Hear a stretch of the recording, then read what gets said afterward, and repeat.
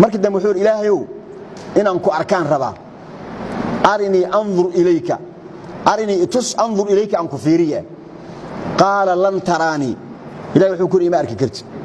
maxaa yeelay indhahaagu awood ay igu arkaan hadda mobilada aan wadanay sababta batarigooda iyo memory-gooda iyo inta ay qaadayaan mid walba meel uu ku ogyahay jira in uu qaadi kara jirto oo saacada uu qaadi karo intaas 4GB 86 in uu qadarin ayaa jira indhaheena marka inta ay qaadi karaan ay arki karaan waa in loogu talagalay inaga inaan isku aragno koonkaan inaan ku fiirino laakiin ilaahay inaan ku aragno memory-geenu ma qaadayo waxa lagu yiri lan tarani ima arki kartid laakiin si aad baratig waxa lagu siinayaa inaad arki karina dadka iyo buurta yaa adag waxa adag buurta dhagaxa adag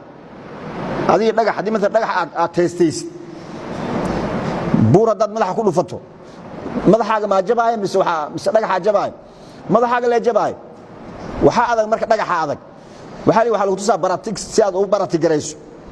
buurtan agtaada ah yaa nuurka ilaahay iftiinka ilaahay in yar oo kamid ah yaa lagu soo aadinaya markii lagu soo aadiyo buurtu haday u adkaysato iftiinkaas oo ku dhacay inay sii joogto markaas waa lagu tusaa adigana waad arki kartaa marka lan tarani walakin undur ila aljabal fa in istaqarna makanahu fasawfa tarani waxyaab la tusay buurti agtiisa ee dhagaxa ahayd yaa falamma tajalla rabbuhu liljabal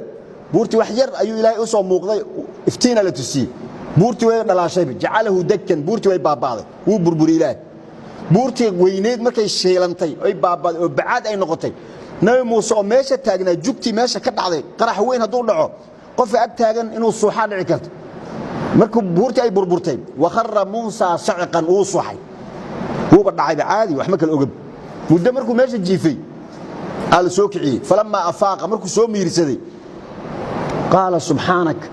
ilaahay wad nazhanta in lagu arko oo adduunyo lagu arko